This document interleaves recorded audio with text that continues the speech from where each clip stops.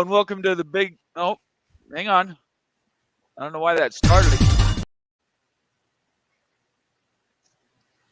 Somebody watching the video. There we go. That was me. I apologize, guys. I had viewing and production on, so that's my fault. Welcome to the Big 12 Mafia Holy Rivals show. My name is Nathan Bomber Brown. With me are a couple of my key contributors today, Immaculate View and Moen Sports. How you guys doing today? Great. Looking forward to the show. I think a lot of people are. Yeah, it's going to be a good one because we have a special guest with us today who's actually was my very first guest on my very first show that had a guest, and that's Jim Williams. How you doing today, Jim? I'm doing fine, and it's great to be in this group of nice guys and very intelligent people. I don't We, spend a lot of we time around intelligent people at times, I can assure you. well, we appreciate you being here. Yeah, we've only got Jim for about 25 minutes, so we want to get right into the show. Just I'll say this once: if you're new to the show, please subscribe, leave me a comment, give me a thumbs up, and then turn on your notifications, and that includes all your Twitter notifications, and that way you'll know when our shows are always on. The other thing is, if you want to leave a super chat, you have a question specifically to Jim that you want us to try to get in, it'll have to be a super chat because we have a bunch of stuff we want to go through, and the only way I'll defer to those today is if they're super chats. Otherwise, all the members that are paying, I always defer to those comments when we're later in discussion. All right, I'm going to jump right in here, and I'm going to go to the presentation of the text that Jim put out yesterday, which really was sort of an earth-shattering one coming from somebody of such stature. And just to sort of catch everybody up, we've been talking about, at least on my shows, we've been talking about realignment from the beginning, and then we've been talking about the way that these conferences will break down, and then we talked about Colorado and the rest of the Pac-12 breaking up. And one of the things we talked about right after that was the negotiating position that Washington State and Oregon State had in to sort of have leverage to possibly join the Big 12.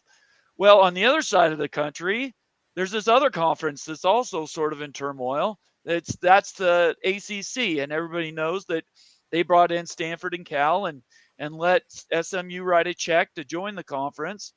And at the same time, there were three schools that didn't vote for that extension, and that was Clemson, North Carolina, and Florida State.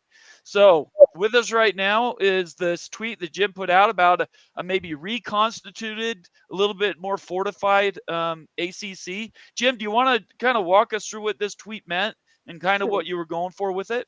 sure. Basically, the ACC is not forcing anybody out. Let's just begin with that, okay?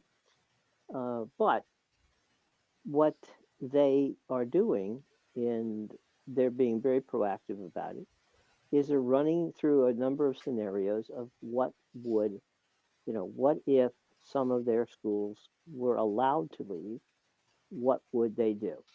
And by the way, I did, there's Syracuse is there twice, which is a mistake. Wake Forest should be there. And I cannot read it, but if Tulane's not on there, they should be. Yeah, Uh, I added Tulane. I took off the duplicate Syracuse, yeah, but what was the other one you just mentioned? Because I Wake didn't add that Forest, one. Wake Wake Forest, Forest. Okay. not there. Um, anyway, the concept and the theory of the case for them is that one of the scenarios that they like, and we're talking about the members like, is I use the term loosely, an Ivy League-ish type situation where you've got a bunch of schools who are of like mind. They've got high academic standards. They are, um, they have good, strong boosters, and sports is important. Don't get me wrong; it is very important, but it's not as important as the academic aspect of it. Now that was something that was, obviously when you go to Stanford and a Duke and a Cal and Virginia and North Carolina and a number of those schools together, they're very much of like mind. it's also important to note that this is that Notre Dame's very engaged in all this. So, all of this has to do with what do we do in the future, because they want to protect themselves. They do not want to be in the situation that the pack found themselves in. And so, the way to protect themselves from that is to run scenarios by their members that they feel the members are going to buy into. And this scenario keeps popping up in all the conversations I have with members of that conference and the people involved with the conference. So I decided that we could play some scenario and have a little fun with it, uh, with regards to what could happen, uh, using the exact scenarios that were presented to me. So that's what launched this thing yesterday. And just as a follow up, and to get everybody a little bit of experience where Jim comes from, he's been in sports journalism for 40 years. Okay, everybody, he's won many, many Emmy awards. He worked for ESPN. He works for Forbes right now. So we're talking about somebody who's, I would say, a journalistic expert in this field. And you happen to also be a Southern Florida graduate, isn't that right, Jim? Yeah, the University of South Florida. Memphis people are on my back about that, but everybody's got to be someplace, right? All right. Immaculate, you got a question for him? Well, first off, I'm going to have to ask the tough question here. We've got some folks, Jim, who are asking if there's any way you can maybe turn up your volume just a little bit. They all are dying out here to hear what you have to say, but they're having a little bit of trouble with that. Let me bring the mic closer. Oh, That'll help. I think that might be a little bit better. How's this? That's much better, Jim. Oh, that is excellent. Okay. All right. Let me look My in chat. apologies. No, you're good. No, you're fine. We may want to go over just a couple of those points here again, just for folks to really get into this. They're very interested in what you have to say, and then I'm not sure I could ask questions to do more than what you've already said. Basically, the concepts, the ACC. I'll go far back. I actually did a Forbes piece. You can Google it if you like, and it had to do with the ACC and the PAC actually considering at one point in time either a merger or a partnership. And this was discussed last summer, and it was also discussed with ESPN involved. And so there was a lot of conversations, and these conversations have gone on, for the better part of the year. Well, they saw what happened to the Pac-12, and they were hell bent on not allowing that to happen to them. They were not going to, have this situation where, everybody cast an eye to another place. Where's a better place to go? I also put out something this morning which said that they are also exploring the possibility of eventually coming to a resolution where they would set a fee to leave the conference. But that's another conversation for another day. But this particular one, basically, it was the genesis of it had to do with regard to the schools wanting to be more academically in line with each other, where they can share research, and do a lot of work together in that realm, attracting the student who wants to be, who is academic first and sports second. And so that was the theory of the case. You've got Duke, you've got Stanford. Immaculate knows this. I mean, they've been together since Moby Dick was a minnow, so they've been around with each other, and they really have a good relationship. Yeah, they're thick as thieves. Yep, you've got Virginia's there. They've had relationships with both these institutions.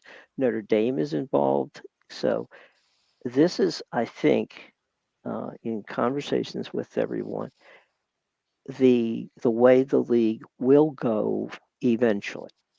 Now, I do want to make two things very important that have to be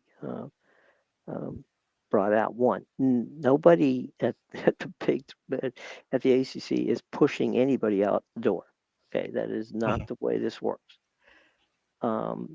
What they are doing here is running scenarios so they don't get caught flat-footed, or they don't overvalue themselves, or they don't have any random situations where everybody is upset with each other. They're trying to take what the Pac-12 did wrong and make sure they don't follow that process.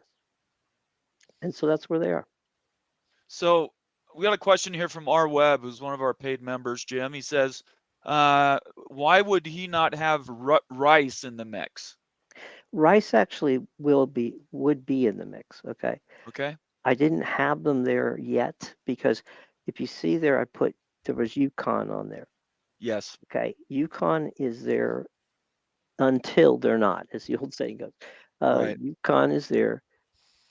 We know that the Big 12 is interested in UConn. If UConn comes off the board, then Rice comes on the board. There's a couple things dealing with Rice right now, having to do with they're working to get a new president in place, and so there's a number of little issues there. It has nothing to do with Rice. Rice and SMU would be a perfect match. So I would expect that Rice would be there, and certainly Rice has the academics to make that work. Yeah, Okay. and they already are gathering up money to refurbish their stadium, which is about 70K capacity. So they could become something in this type of a conference. Oh, 100%. So the next question, and it's sort of follow on.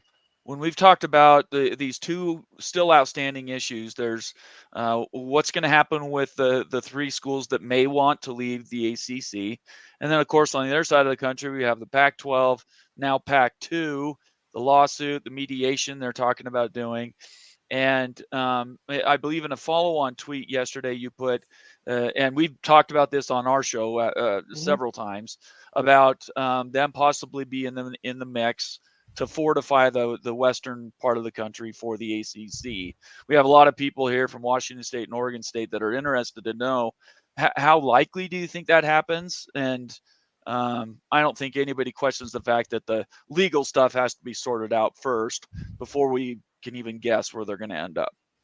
Well, they're certainly in the mix. Let's put it that way. Okay. I didn't put them on there because I think I want to see how this whole legal issue gets settled first. Right. Right. So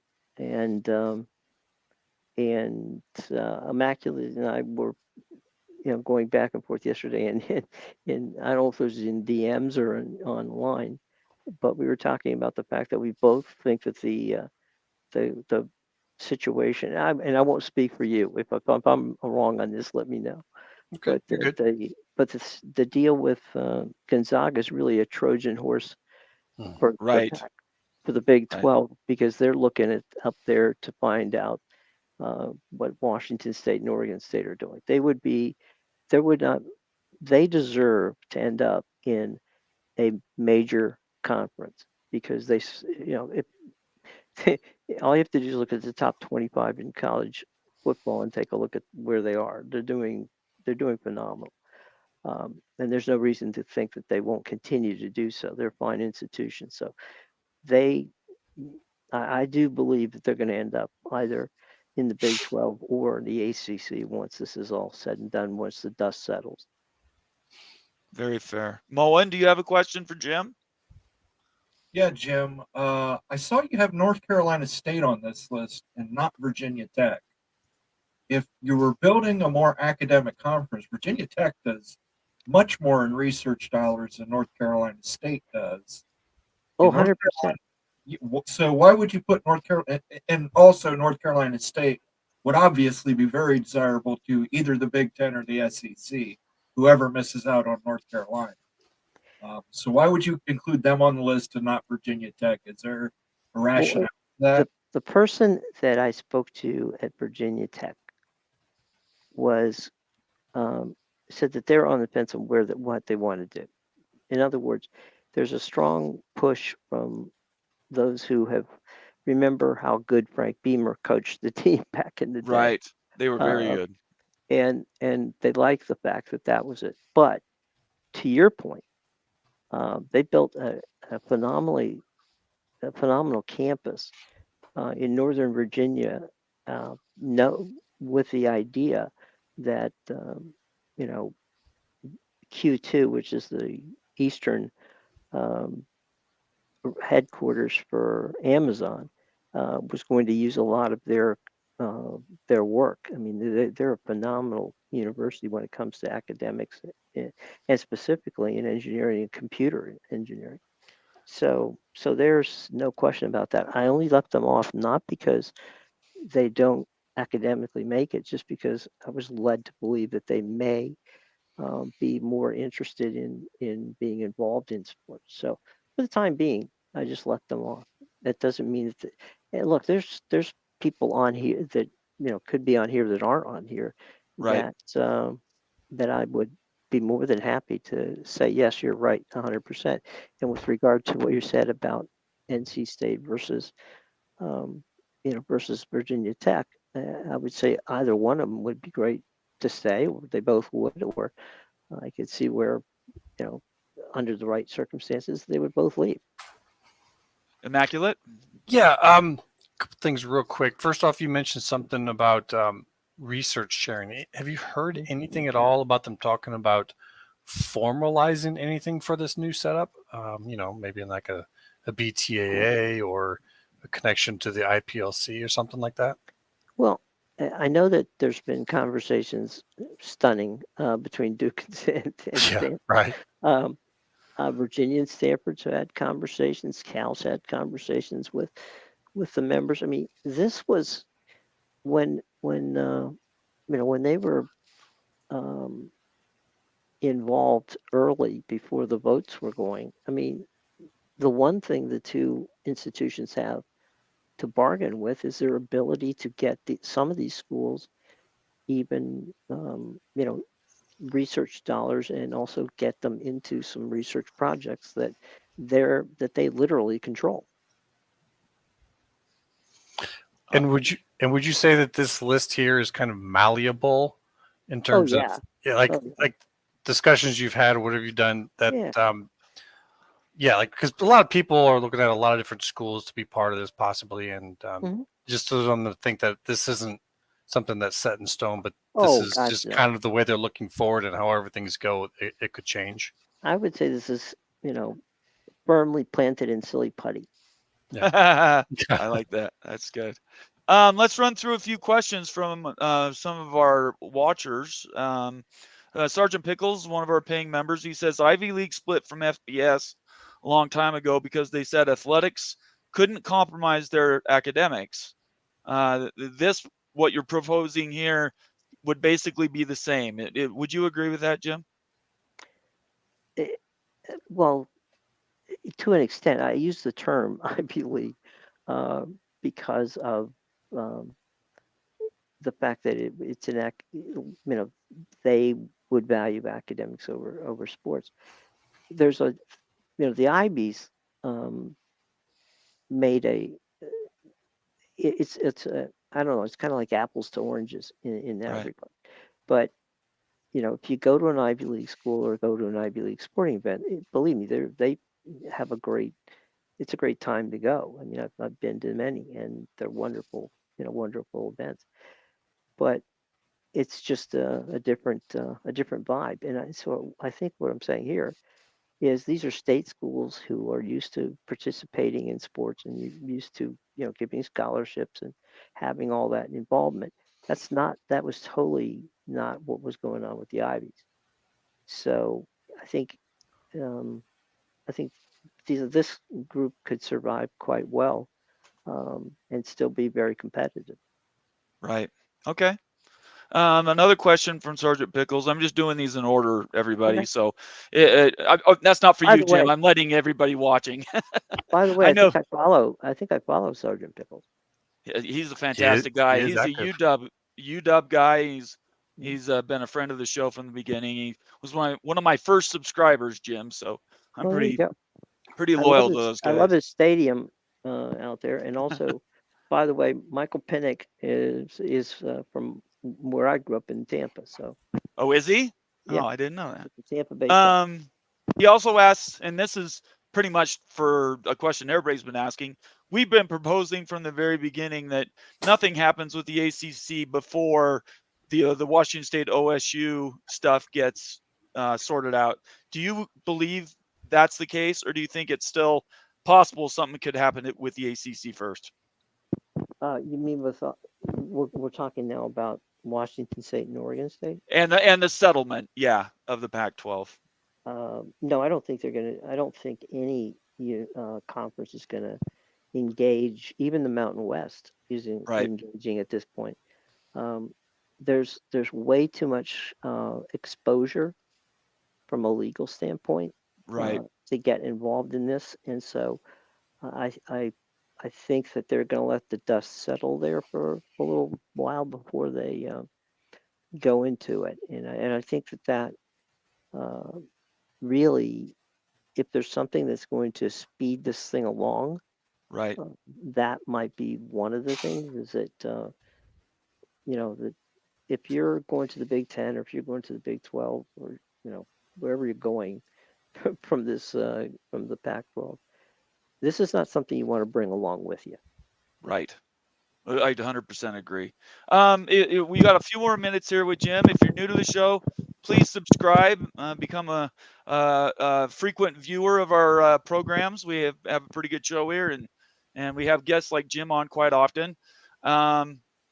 Let's get a couple more questions. Another one from Rock Chalk. He says FSU, North Carolina, and Clemson leave. He's proposing leave first before 2026. Then the other teams stay in the ACC until the 2030s and explore Big 12 after that. ESPN gets most from that situation. Do you have any possible understanding of really what is the timeline for the ACC? Is it the 2026 college football playoff renegotiation? Is it the 2030-31 time frame when the Big 12 and the Big 10's media deals are all up? Or is it the end of the ACC contract all the way to 2036? I don't think that they're going to want, look, the animosity, between FSU and Clemson and some of these schools toward the conference office is wearing on the conference. Right. It's not a good thing. I believe that they're going to go out and find a number. And I believe that number is going to be right around $250 million. And they're going to say, okay, you want out? Give us $250 million. Ooh. Okay, so $250 million. I'm not a mathematician, but $250 million for 4 schools is $1 billion. Yeah, I got you. And I think you're about half what I said it might be, which was 500. I said that in July. So you're obviously more in line, probably $250 million, but that's a lot of money you could seed throughout the conference, right? That Yep. would help bolster people's money to make up for any shortfall that they might feel between them and the Big 12. And that would be why these schools are being vetted now, so that Right. who are partnerships and things that are being done. One thing that I should note about when I say vetted, and this is something that I think is being missed, and that is when you're vetted, that can be a good thing, and it also can be a bad thing. Because when you do research into things, you may find out what you thought you would, you may find may find something there that you didn't think was there in the first place. Right. So it doesn't always end up being a good, most of the time, let's say it's a good thing, but sometimes you find out some of the dirty laundry you didn't know that was out there. I think it's very fair. C. John has a good question here. He says, in Jim's option, meaning your opinion, what other universities on the list are at risk of needing contingency alternate, like Rice for UConn or Pitt, Miami, Virginia Tech, and Georgia Tech, if they possibly leave? Do you have any ideas of who those universities may be? Well, again, you would have to go and take a look at a regional a regional team that would fit that um, it would fit what does each one of those teams that you're losing bring to the party. Right. Okay, so it's not like a one size fits all. It's like, okay, can I get a demographic or a media um, market that will fit the market I'm losing? Or Okay. can I bring something in that, and it may not be, let's say that, you know, we'll just pick Pitt for the moment.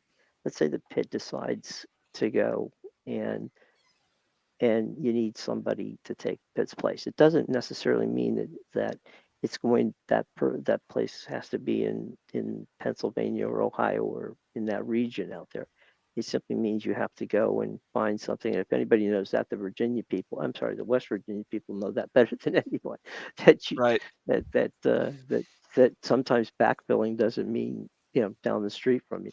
Right. So they would just try to mix and match as best they could. I think I think that's absolutely the best way you can look at it is any options on the table, right? Nothing Sure. isn't an option. All right, well, I got one more question for you, and I think then we can let you go. I hate to. I wish I could keep you here for 2 hours, but I know how busy you are. But we'll get you on again soon, Jim. Yeah. Either way. Yeah. Uh, we'll finish with this question I think a lot of people have in their mind. They're really confused about the geography part. Let me read the question and then I'll let you answer. Daniel Gygax says, what my question is why these schools want to have a conference that is very geographically spread out, and what would be the media value for this proposed conference? Meaning, would if their dollars change because you're losing Florida State, North Carolina, and Clemson, does that overall value just for the media deal, does it go up or down? Does it stay the same? So one's the geography question being so spread out. The second one is, what do you propose that the media valuation would be? I don't think the media valuation would go below because they're on the cheap right now. Right. They are. Yeah. It's hard to imagine them going So lower. so they're not going lower. Okay. So that I don't think that's a problem. Um, I'm sorry, I can't quite read the geographic. He's asking you why have a conference that's so spread out? You're going to go all the way from Stanford to potentially UConn. Well, because these universities basically uh, are there to work with each other.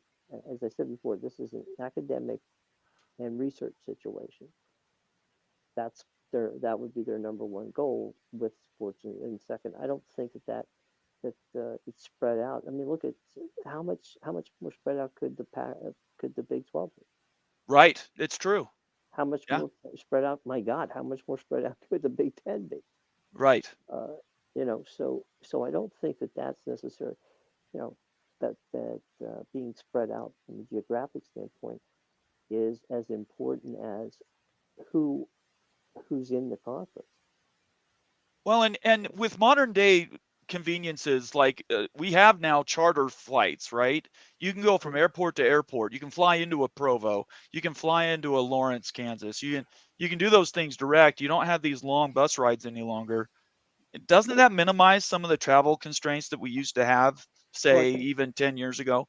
it does, but I think we're also going to see, and I think you and I have had this discussion. Right. That we're going to see a lot of pod situations where Right. you're going to play games where people will come. We'll use Orlando, okay, as an example for Big 12, right? They have the ESPN Disney complex there, which is where the NBA did their you know during COVID, where the NBA stayed. Okay, you could play baseball, basketball, you can play whatever you want in Orlando, and you have five or six teams flying into Orlando. You could basically put up half a baseball season, and Right. a number of other sports. So I think the pod concept is where we're going to be looking, because it is costly, and you have to, I know we sometimes forget this, but you really have to look at the student athlete here. It's because only football, for most part, is charter. Right. Everybody else flies commercial. Okay. Well, Jim, we really appreciate you being here. What I really like is the fact that all the ideas that we've been talking about and proposing for months, meaning my team here, to see you put out tweets yesterday that basically said everything that we'd been saying could possibly happen. I got to tell you, that made us feel really good, because Well, see, we were talking about this in June. We were talking about this in July. We were talking about this in August. So in honesty, great minds think alike, and then there's me. So I've just listened to what you guys said and just decided, okay, let me go and ask these questions. No, seriously, it's always a treat to be with you guys. You guys are smart, funny, and know what you're talking about. So, it, it's. I will say this, and I'm not saying it because you guys are here. It's just that we have far more intelligent conversations on a deeper level than half the places that you know that do this. And right. there's no hot takes here. There's thoughts, and there's and I think that's why the audience appreciates it. They appreciate the fact that there's you know I'm not right 100% of the time. My wife will tell you that numerous without any help. It's her job. Okay, exactly. It's a full-time job. Yeah. But and I think that the fun part of this is that we all know that what we're doing here is trying to educate people, and not trying to upset them or concern them. But when I put something down there, it's not me putting it there because I want it to happen that way. Otherwise, Right. USF would be at the top of that list, not Right. further down. But all kidding aside, it's we're doing because this is a passion of ours, and it's something we enjoy doing. So we all the people that follow you and are members of this group, and I appreciate the civility, and the debate has always been on a level that it never gets nasty, but it always ends up in people understanding where the others are coming from. Well, I'll take that as a compliment. That's what we Absolutely. fostered, and we really appreciate it. So, Jim, I appreciate it. You have a great night, and Okay, and we'll let me throw this to you. Just sure, if yeah, there's go ahead. Oh, if there's any questions or comments or something that you want me to answer, because I do have to go. But Right. what if you send them to me? I promise I'll send them back to you, and then you can give them to give them to the gang. Okay, that's Okay? a there we go. deal. Yeah, we'll take advantage of that. We're going to be going probably another hour or so. So if we Well, do, we'll definitely send those your way. and I'll be more than happy to send them back to you, and you guys can post them however you wish. All right, I appreciate that. All right, Jim Williams with Forbes and Zenger News, and friend of the show. We really appreciate it, Jim. Have a great night, and Okay. God bless. Okay. Thanks, Jim. Y'all have a lovely night, and it's good to be with you. Take care. You too. Okay, bye-bye. Bye-bye. Oh, brother. We need clapping. Moen, what's going on? Where's my production assistant? Holy cow, that's loud. I'm not sure what that was. What was that? I was like half underwater clapping. My goodness gracious, that was loud. All right, anyway. Well, I'm glad Jim left before that one hit. Oof. Jim, thanks so much for being here. We really appreciate it. What's that, Moen? People said they couldn't hear earlier, so I was, It's Yeah, all okay. good. Yeah. They definitely heard. Here's Opie in the house. $25 for Jim interview. Thank you so much, Opie. Really appreciate it. Talk about a friend of the show, man. We have some amazing partners and people that are willing to come and spend their time with us. I'm just as a preview, I've got some upcoming interviews I want to let everybody know about. These are exciting. We're going to have John Canzano sometime in the next 2 weeks. We're just trying to work out a time. Greg Grubel, the sound and voice of BYU Cougars, is going to be here.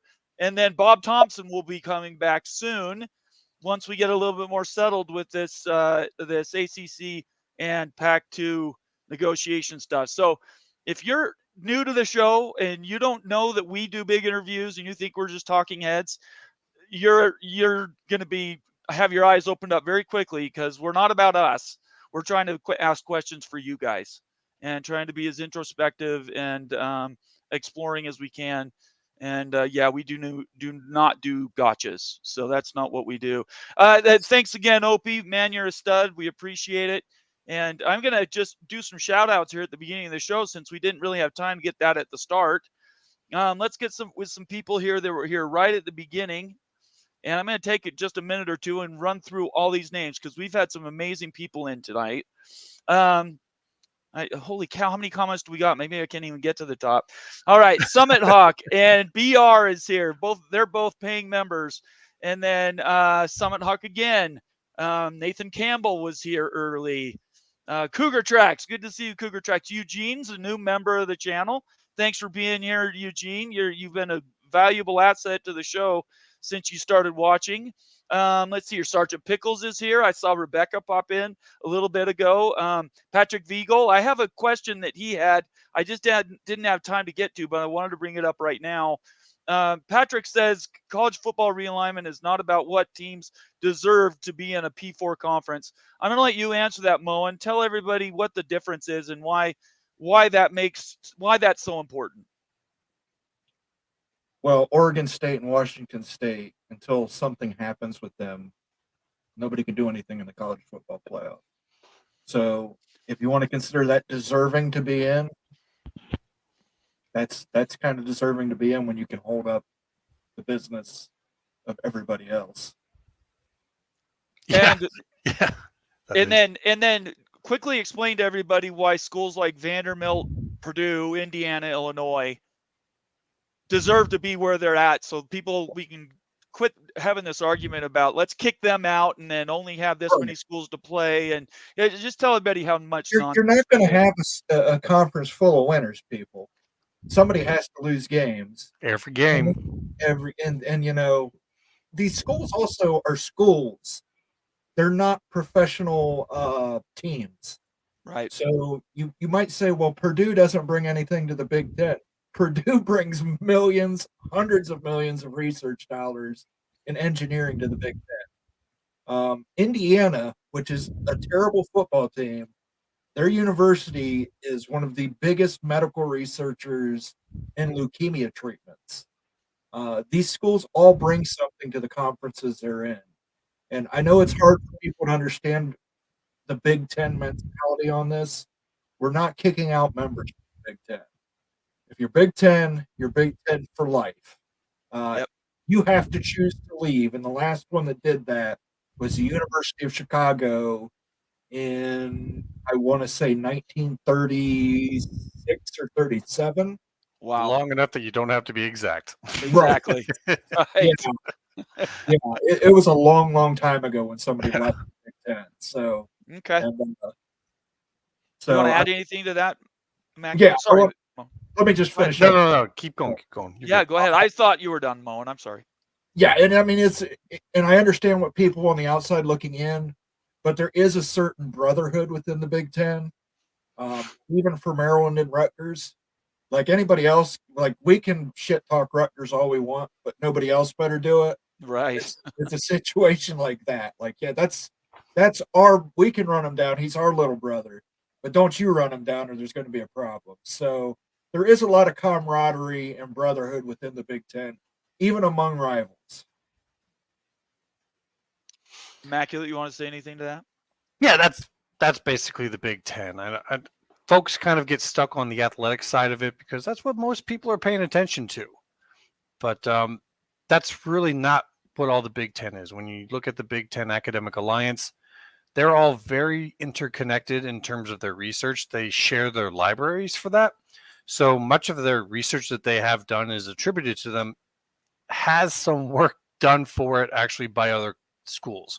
So the act of separating would be quite painful for them. Chicago, just back in 2013, I think, left the BTAA. They had been part of that for all these years after they left the conference. It was that big a deal for them. And it took them about 3 years, I think, to get fully unmeshed from it. And at that time, once they did, they actually joined the IPLC, which is Stanford and Duke and all those schools. But it's a whole lot more than just the athletics. So when you ask why are they there, part of their job in football, like it or not, is to lose. They carry other sports, they carry other things that they do with the conference, but their win-loss ratios in football is not going to get them kicked out of the school. If any of them want to leave, maybe something could be worked out, but that's a tough one to see. Just going down through the list of people that are here tonight. Rock Chalk, Kyle A. Good to see you, Kyle. Kyle says, good evening, fellas. Glenn Lumen in the house from all parts unknown. Where are you now, Glenn? Leave me a note. Are you still in Oregon? Or did you move down to Arizona? I can't remember. Glenn Lumen says, great day for a show. Love Sports. I think you're new, at least. I don't remember. Do you remember seeing Love Sports around, guys? Good to see you, Love Sports. Appreciate it. OPD Don, obviously. Joey Z says, Moen looks like he's visiting from the future. Already knows of the if the Buckeyes repeat 28-30. What do you think about that? I would love that. Tony Lawson is in the house. Mike Smith, we already mentioned. PS Doff is here. BR again, Cougar Tracks. I just want to make sure I try to catch Timothy Green is new. He says, yes, I can't hear him either, or I can't hear him fine. Yeah, that was back. Jim speaks. Yeah, Jim speaks very quietly, just so everybody knows. He understands. Normally, he has his mic next to his mouth. It was just tonight, was just a little bit farther away. And let's see if there's anybody else I want to shout out before I jump down to some new comments. S. Reed is in the house. And boy, Connor Johnson. Connor, I hope you like those questions we asked. I was trying to get some Washington State, Oregon State stuff out of there. Let's see. All right, let's just sum up. That's pretty good. So now, Dave Chauncey, he says Rice would be the third best school in the ACC behind Stanford and Duke. We're talking about academics, right, guys? Absolutely would. Yeah, they are. It was kind of interesting that they weren't on the list. I saw that, but I realized it's a moldable, malleable list kind of based upon what happens in the future. But I definitely think Rice would be there. Okay. Let's see here. John Holk, who's also new to the channel, I think, says, I think SEC would be first to pick up teams for the ACC. Can Jim talk about what he thinks the SEC is going to do? Sorry, we couldn't get to that while Jim was around, but I think we can kind of answer that. Moen, why don't you take that one? No, the SEC will not be the first to pick up teams. I think the SEC will take North Carolina State, and they're going to try to get into Virginia. Whether that's Virginia Tech, if they whiff on that, they'll take Clemson. Immaculate. Well, it's going to be, we're going to have to watch this. Like, first off, the pack needs to just get finished. And I think once that happens, we're going to kind of get slammed with leaks, with talk. It's already starting. We're seeing that from Ross Dellinger, if anyone's seen his latest article come out. And it's basically pushing that the Big Ten and SEC are now working together. I tend to think that the Big Ten will probably be the one that you hear most from, and the SEC will try to play it out like they're following, but we'll see. Don Gibbs had a question in the middle there. It says, fits with the theory that North Carolina State flipped its vote to Stanford for Stanford, Cal, and SMU for AAU support from Stanford and Cal. North Carolina State is Tier 1 Carnegie School ahead of Virginia Tech on Carnegie list. So what he's saying here is bringing them in, they said they would vote for them to get that AAU support. What do you guys think about that idea? I agree. I think it's a very fair estimation. There's a lot of political plays going on. Yep. Glenn Lumen's telling us where he is now. He's still in Oregon, but he's heading for back to the Philippines on October 26th. I hope you travel great, Glenn, and I'm sorry I couldn't catch you in Utah. Next time you're here, we will definitely get together, though. Okay. I'm looking forward to that. Let's see here. All right, we're going to work backwards. First, just to sum up, Jim told us that his list, he's going off of intelligence that he's talked to other people. He has a lot of contacts, especially on the eastern part of the country, and they're telling him right now the ACC is they're looking to expand as a protection against losing schools. However many schools that might be right now, they did 3, but they could potentially be bringing in other schools. And the back end of that, the reason for doing that would be the academics. It would be an academic conference that would, they would still participate in high level in sports. The ACC would stay together, but they want to stay together as a group. Do you guys want to add anything to that? I mean, there's not enough room for another pack explosion to happen, an implosion. There's just not. So some of these schools need to figure out, hey, we need a long-term plan. We're not quite sure exactly who's all going to go, but they probably have a pretty good idea. So I think it's great that they're actually thinking along these lines and trying to formulate. And the Stanford, California, and SMU move did indeed seem like it was part of a larger plan in order to get started on that. Those schools didn't have a whole lot of time to move. They had to figure out something quick. So everything's moving pretty quick, and we'll see how this works out. Moen, you want to add anything to that? No. Okay. At the top of the hour, I've sent him a message he could come in earlier if he wanted to, because Jim wasn't able to stick around as long as I thought. But we're going to have an actual lawyer is going to join us. I can't remember what his first name is, but his alias on Twitter is Bodie McBeaver. Anyway, Immaculate and I met him on a Spaces that was put on by Digital Dam. When was that? Monday? Yeah, it was I just a couple days ago. It was just a couple days ago, and we're going to be talking about the Pac-2 mediation and what's going to happen with that contract, and obviously all the Pac-12 resources, the lawsuit, and all that stuff. So if you'll stick around for 15 minutes, he's supposed to be here, and I think that conversation is going to be really enlightening, because we're going to actually ask legal questions, like what is actually going to go on here and what are the next steps in this realignment stuff. So as we're waiting for him to join us, let's just get through a few more comments. Here's one from Ron. Go ahead, Immaculate. I was just going to say, if you say he's coming on here today with us, yeah, I know there's been a couple of people that have mentioned if you were going to open up lines, they'd love to call in. I don't know if you're willing to do that. We have 12 minutes. If you guys would like to join the show for just a few minutes, we can do that.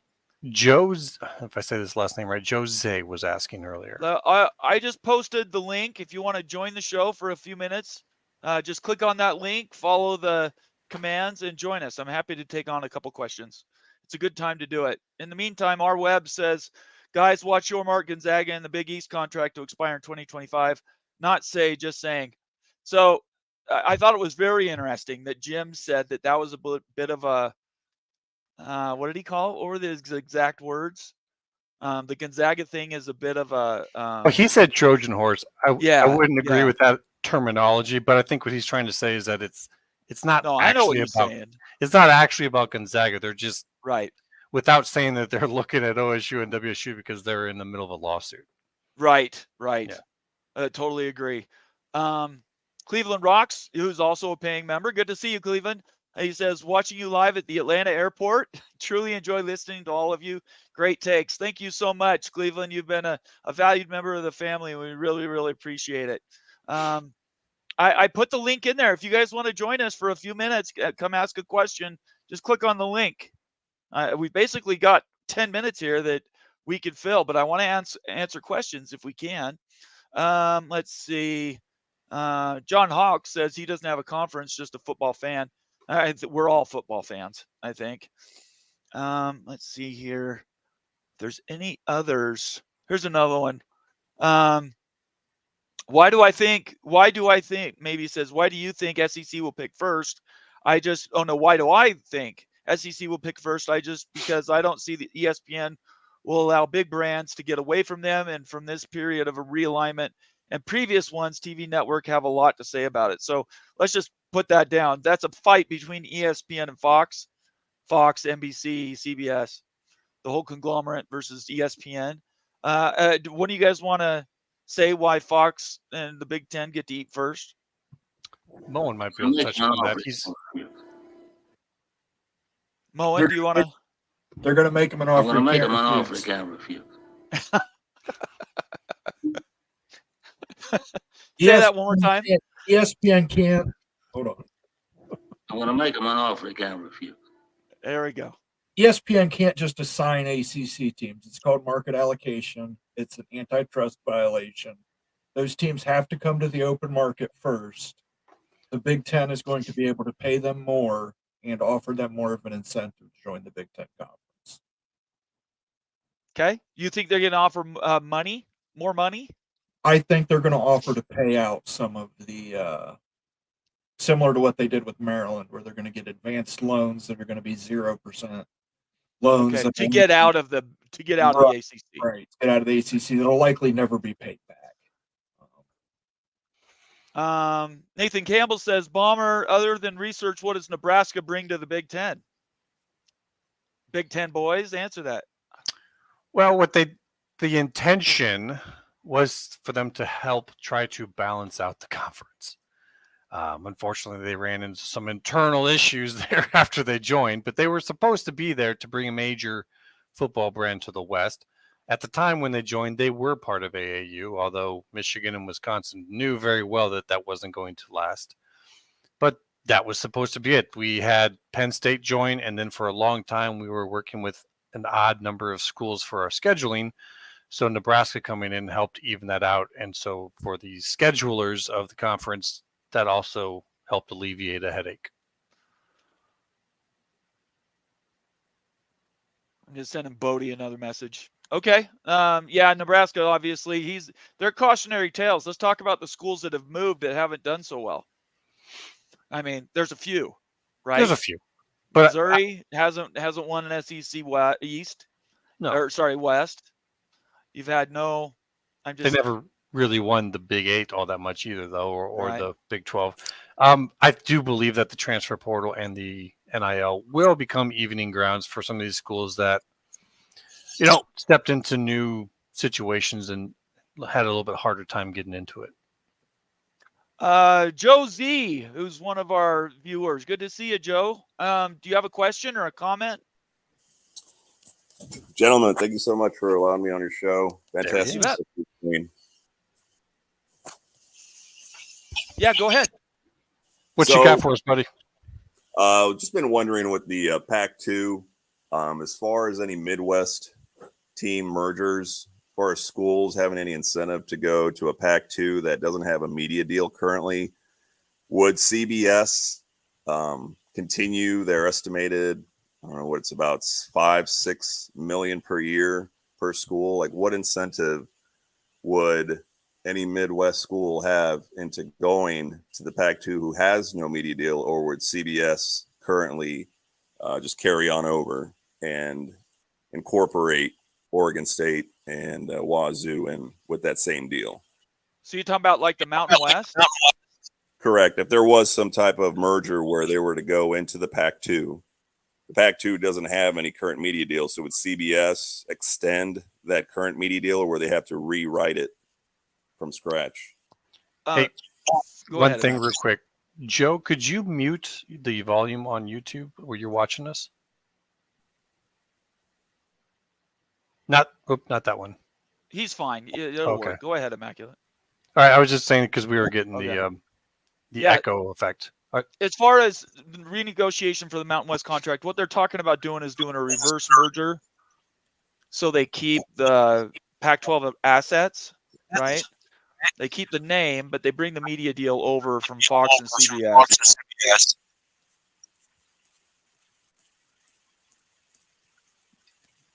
Do you hear me, Joe?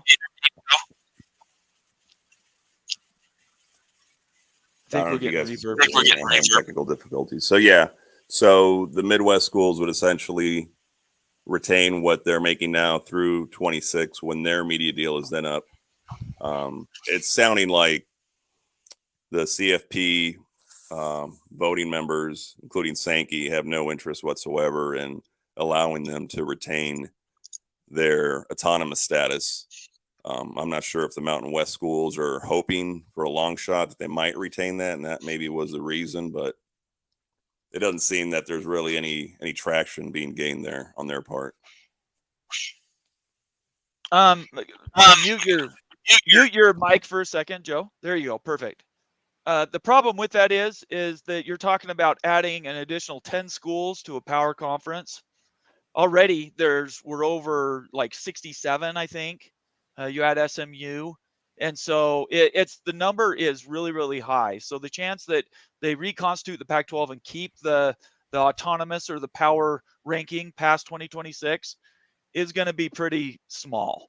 Their best option would have been, if they wanted to keep the Pac-12 together, would be to take pieces of the AAC and the Mountain West and constitute something that has the best brands in it, and then potentially make an argument to keep that ranking. But right now, I haven't heard a lot of people that are optimistic that would happen. Immaculate or Moen, you want to add anything to that? So we're talking about like a Mountain West Pac type of situation? Yes. Yeah. Yeah, unfortunately, I think what they tried to want to do is add on as much or keep as much of the values they could and bring in the Mountain West. But when most of your conference is basically the Mountain West, there's not going to be a whole lot of looking at it any different than that. As far as CBS, it's not even like a full-on CBS deal. I know that there was like a certain number of games that they had to put on CBS, but mostly it's the CBS Sports Network. Yeah. And that doesn't get great coverage. And from what we've kind of heard, they may actually even just let that go. They bought that that was a different service. They bought it, tried to make the most of it. So in terms of them, making a big future play with that, I tend to think not, unfortunately. All right, Joe, thanks for the question. I really appreciate it. Yep. Thank you, gentlemen. Fantastic work. All right. Thank you. Appreciate Bye-bye. it, Joe. Yeah. So when you join the show, everybody, just make sure you mute the YouTube that you're watching because we get reverb when that happens. Pickles, let me unmute you here. You're good to go, Pickles. How you doing? How we doing, everybody? Good. You got Good. a question for us, or what do you want to talk about? Oh, my mind is completely absorbed by Duck Week, as you can imagine. But I bet. thought I'd pop it. I am waiting for Big Ten. You're gonna hear my son in the background. He thinks that's funny. Big Ten fans are not prepared, I think, for the full fury of Duck Week because we say some pretty out of pocket stuff to one another. You may not know Ohio State fans. Have you seen Ohio State, Michigan? You see this guy down here? Yeah, no, I'm aware. I'm just saying that this is. I know what they're like. The weird thing is Ohio State and Michigan fans to none of the other are generally pretty friendly. They talk a lot of crap, but deserved in most cases. But yeah, I think that there are some people underestimating that this will be a Michigan-Ohio State light of sorts. As far as the level of just craziness. Well, let's be clear though. Bringing up ancient history stats. But let's be honest, Pickles. Let's be honest. You and me, who are both from Washington. Let's talk about rivalries. Yeah. In the back of your heart, which is the real rival? It's not been Oregon. Historically, it's always been the Apple Cup. So you guys are trying to gin up something that's relatively new. I can put a date to it. It's 25 years old since Nike started giving money to the Oregon Ducks. They were a joke before then. It's different for me. It's always different been for me because I was just a kid. I was just a kid in the pre-Nike era, so it really didn't sink in for me. Oregon was just another team. Right. And I think state rivalries are always pretty nasty, usually, but I think you get so much crossover, specifically in Washington, because there's a lot of Coug fans in the Seattle area. It's not like you have all the Cougs are on one side of the state and all the Huskies are on the other, and we never really speak. You intermingle with each other every day, so I think you get families that are split like mine, where half are Cougs and the other half are basically Huskies. Yeah, right. And I don't think that exists in certain parts of the country where they're physically divided by geography. In fact, I mean, I don't know. Is Iowa State Nope, pretty that's- split I geographically, was or going is to it say, mixed? I mean, my father was Iowa State, so I mean, Yeah. Yeah. it is exactly like that in Iowa, and there are some that hate that, but it's kind of like it's not a real hate. It's just, hate. But yeah, I could see that for you guys where I would say it is a bigger rivalry, Washington State, but what you're talking about is like This a is hate. Yeah. Yeah. Yeah. No, the Apple Cup is like kind of the more, you love it because it's tradition, and I'm actually pretty bummed out that it sounds like it's not going to continue on. I We'll don't make know it a why that surprise. is. You think I so? think one thing, if we can get Washington State and Oregon State into either the ACC or the Big 12, I think that can continue because it'll be a power conference game. Well, The only new reason, athletic director- yeah, I read what he said. But I think he's talking about the fact that they're not in a power conference after this year. So Yeah. if they get into a power conference, I think the Iowa State's played every year, and Yeah, except for but a couple of years, even BYU something like Utah was Bedlam played every isn't year. guaranteed to continue. So Yeah, but that's Oklahoma. Just to let you know, in the Big Ten, they stated that they are trying to maintain rivalries like Iowa and Iowa State. Like those games will be maintained. So I agree. Like if Washington State ends up in the Big 12, which I believe it will happen, I do believe the Apple Cup will continue. Now, everyone's got to go through this stressful period of like, oh my God, it could go away. And maybe it could, but I think it'll work out in the end. yeah, he made some kind of weird statement about, we need, to basically financially survive more or less. The pitchers made, we need 7 home games a year. 7 home games, yeah. Right, but But, that instantly triggered me because I'm like, on the years where you have 5 Big Ten games at home, you can still play that game in Pullman and have 7. So I don't really understand where the panic was coming from, but maybe I misinterpreted that. Well, I think there's some anger right now because the whole Pac-12 assets deal. I think that there's real anger. The fact that Washington State and Oregon State are eating them, and I'm talking about the states themselves, the politics, the legislatures are eating themselves alive over this lawsuit, stay of execution, the all the negotiation that's going on. I think you're getting a lot of that. I think a lot of that will start to moderate once they get settled, get the whole thing done. Yeah, And I don't see this 6 ending months, in anything other than a settlement because I don't think you could legally claim that, all the leaving members have relinquished any right to the assets, but I don't think you can claim that they have the best interest of the 2 remaining members at heart. So, I don't foresee a scenario where this goes to a full-on judgment because if they rule against Oregon State and Washington State, they're up a creek without a paddle. They're screwed. I think a lot of what we're seeing is. Sorry. I think a lot of what we're seeing is just leverage plays. Like it plays out in public, so it gets everyone a little freaked out. But it's kind of leverage for those mediations, for those negotiations, and yes, it's not about it not happening. It's about what are we getting and what are they getting? You're trying to get increments more, and so you had the motion to interfere, possible motion to dismiss. All these different moves are to get a little bit more, to get a little bit better play. All right, I gotta let you go, Pickles. We got our lawyer coming on, but thanks for being here. Really appreciate it. All right, no worries, guys. Quack is still whack, and go Dogs. All right, go Dogs. Go Huskies. We'll see you later.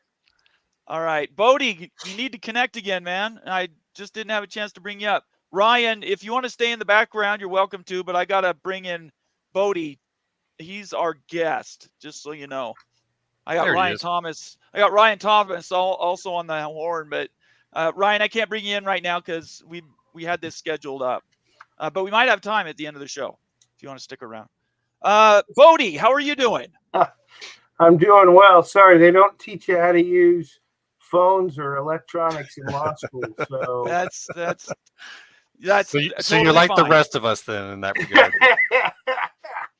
All right, so let's do some introductions. Me and Immaculate met you on that Spaces the other day, and we didn't talk about this, but we were both. It was interesting. We both had the same thoughts, just thinking it separate.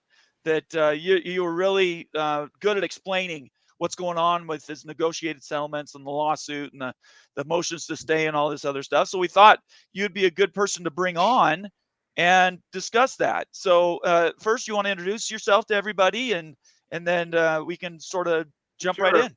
So my real name is actually Ross. Ross. I'm All right. I'm obviously, if you can't tell, a Beaver fan. We can see it on the wall behind you. Yes. Yeah, my wife, my wife and I, who are both graduates of the Harvard of the West, 1994. She hand painted that for me, actually. Wow. Yeah. And I'm a lawyer here in Oregon and Washington. I've been practicing for 24 years now, I think it is. So I've got and I've handled a lot of cases that are, significant. I mean, every case is significant, I guess, but really, ones that affect a large number of people. So I'm kind of familiar with how these things, how this type of litigation kind of works. All right, very good. Before we jump in, we do have a new member, and if you know these shows at all, you kind of got to make sure these new members are celebrated. So S. Reed.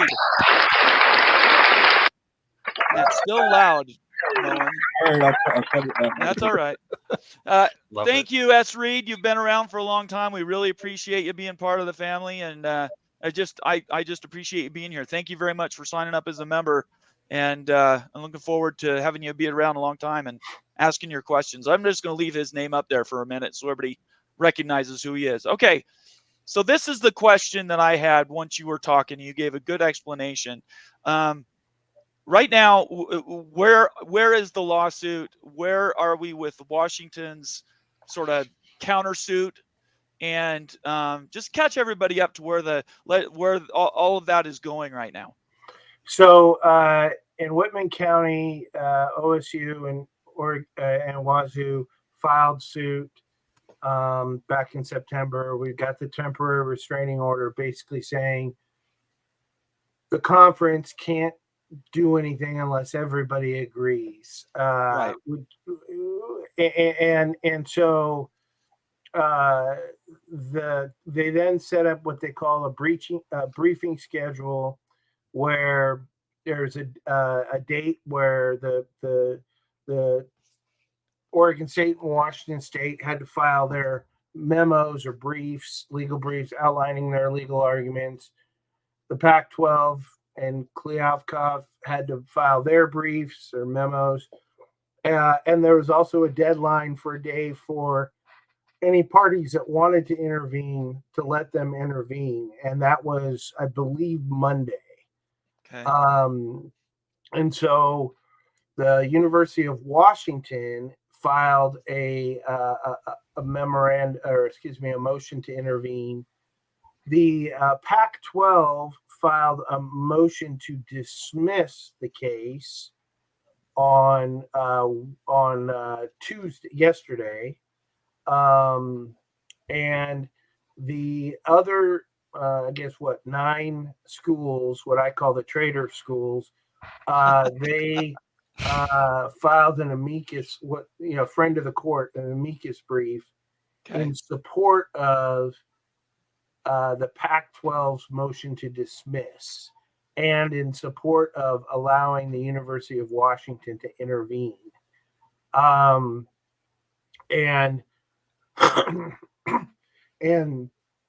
the Pac-12's arguments are interesting, but I'm not sure they're going to carry the day.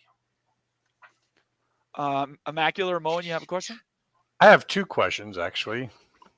One's going to be a little bit longer, and the other one's very quick. But we got to ask the tough questions here, so I got to ask this: how much trouble did you get in when you started to cover up that wall with all of those shelves? Yeah, right.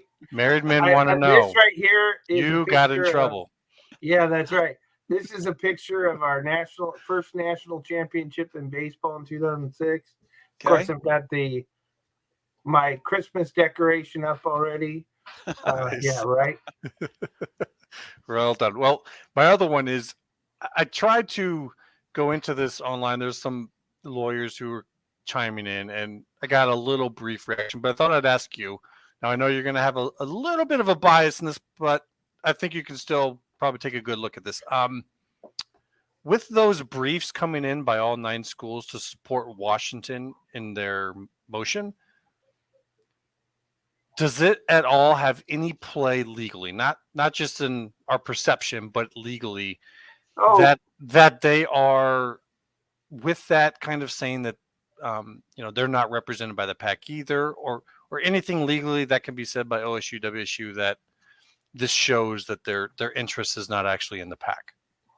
well, so the motion to dismiss is based on a couple of things. Number one is, well, you haven't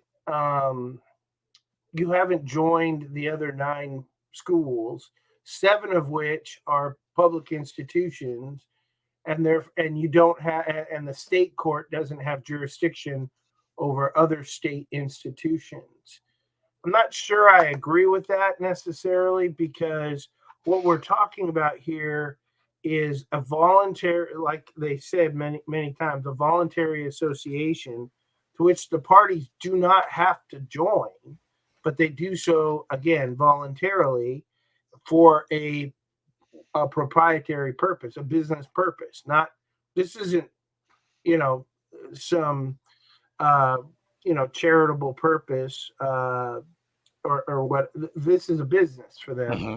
So I'm not sure that I necessarily agree with that. Plus, Okay. You've got University of Washington, who's trying to intervene as a party, who is representing and going to make all the same arguments that the other that their fellow trader schools are going to make. So I'm not sure that is going to carry the day. The other argument they make, and this is a really curious one, is they claim there's a long-standing tradition of allowing voluntary associations to interpret their bylaws the way they want to interpret them.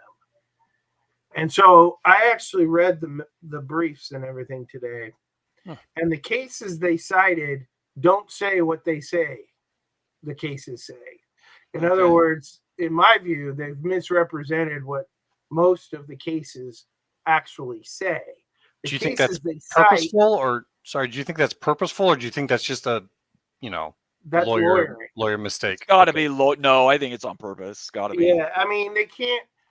They cite 4 cases, 2 California cases, 2 Washington cases. The 2 Washington cases they cite are fraternal organizations, which were punishing their a member, or kicking them out.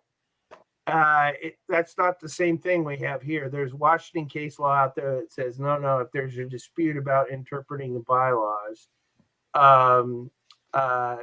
we can get involved. Absolutely. Okay. The other 2 cases, one of which is the Oakland Raiders versus the NFL, and that had to do with interpreting a mandatory arbitration provision, but it didn't have to do with the rights of all, at the time, 28 NFL teams. The point is that the cases, I think, are inopposite and don't really help their case. Like I said the other night, all of this is legal posturing for purposes of mediation. When you go to mediation, everyone has to have something to lose. Pardon me. And if everyone doesn't have something to lose, you're not going to get a resolution. So they filed this motion to dismiss so that during mediation they can say, well, you're not guaranteed to prevail. And right. So there is a risk for you. And they would be right. I like our case better than their case, but I'm not the judge. And so I don't necessarily, my opinion matters about as much as anyone else's probably.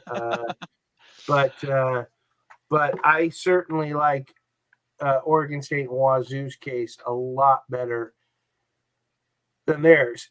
The other thing they brought up in their motion is the interpretation what they call Chapter 2.3, which is a provision that says if you provide notice of withdrawal before August 1st, 2024, you don't have a seat at the table.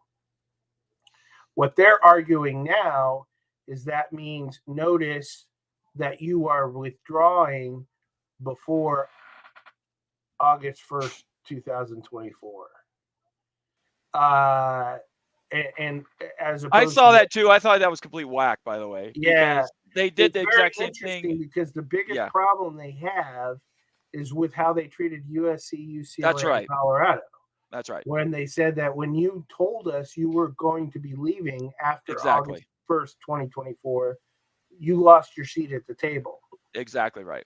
Yeah. So I think So that's a doesn't tough that argument. undercut their own case? They wanted it one way, but not the other. I mean, it's ridiculous.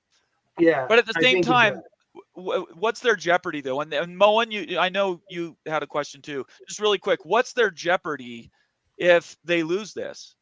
What is the actual jeopardy if these 10 schools who already said they're leaving, going to bigger and better things? What do they really lose?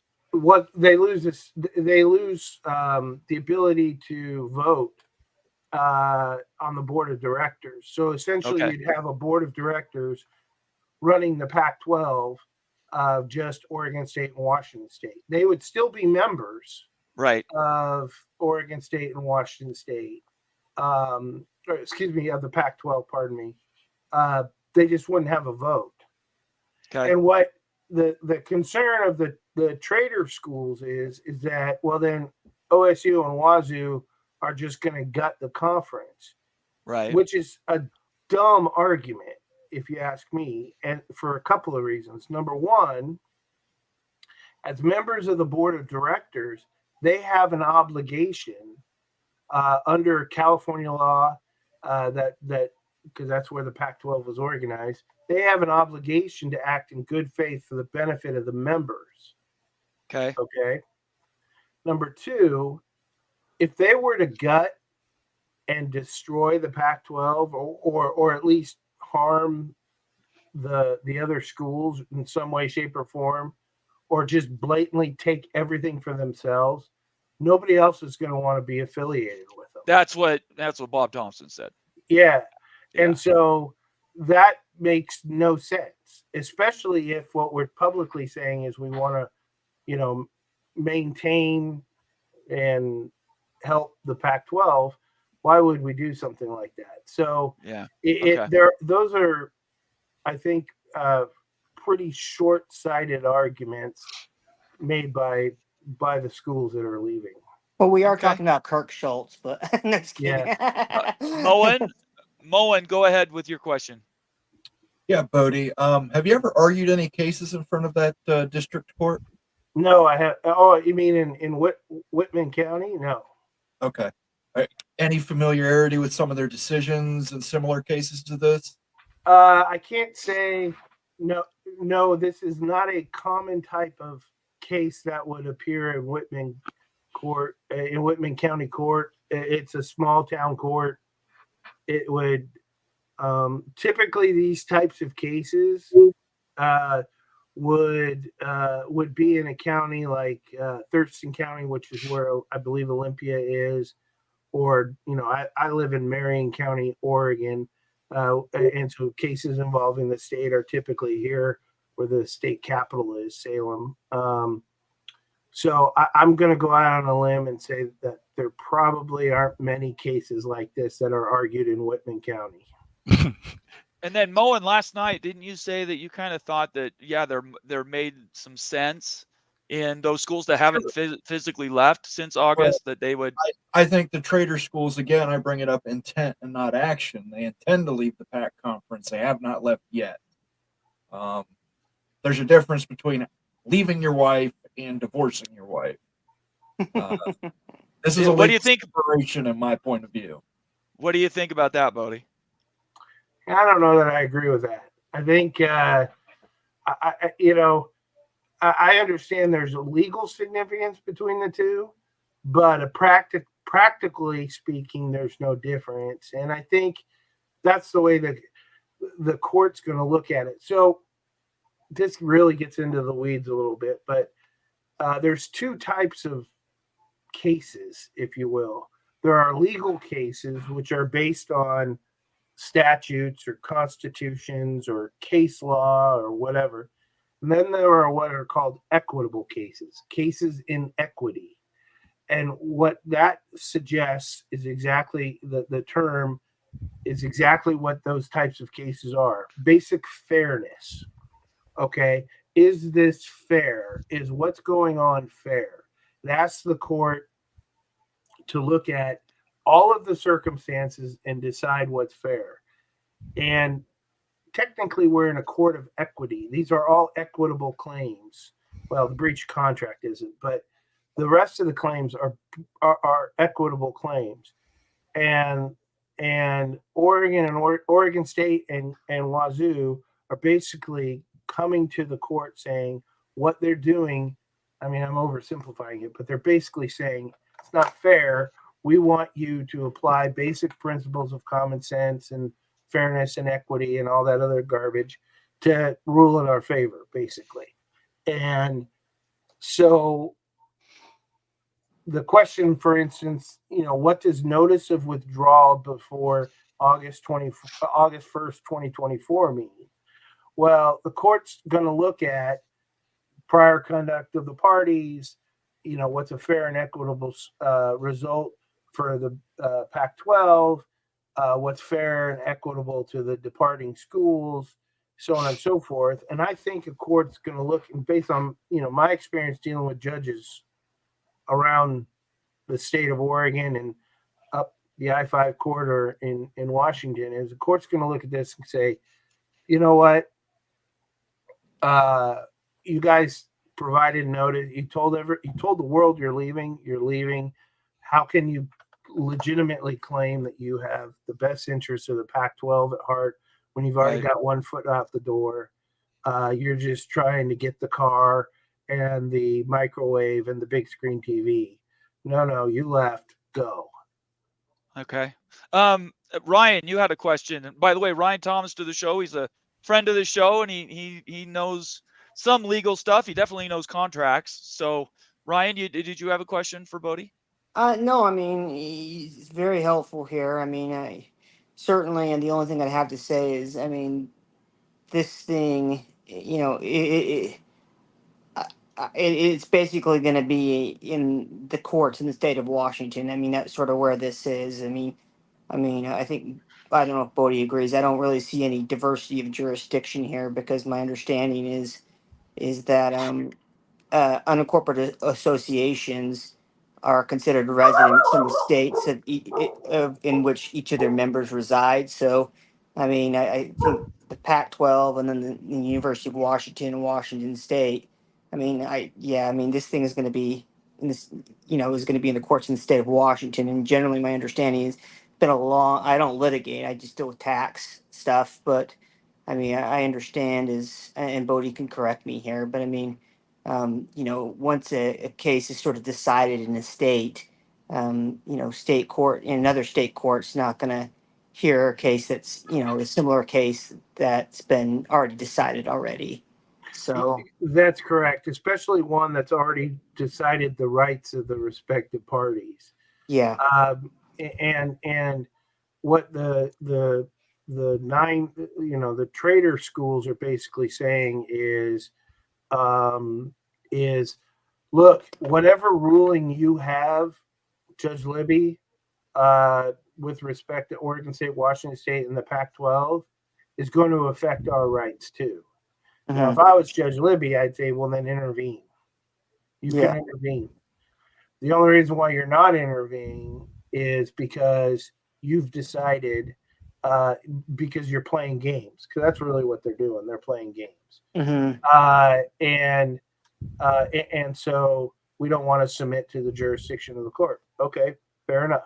Then you guys can deal with my ruling if you file a subsequent action in another court. But I can tell you too, at least at the federal level, I can't say for certain in California, Arizona, Utah, or Colorado, But in the federal courts, if somebody were to file a case in San Francisco or Phoenix or wherever, the federal court will likely abstain from doing anything until the Washington court rules, which is very helpful, which is why they filed in state court, I believe, ultimately, is because they knew that would preclude the other schools from going to federal court. Well, and So weren't they on the nice edge of actually blowing the whole conference up if they hadn't have done something?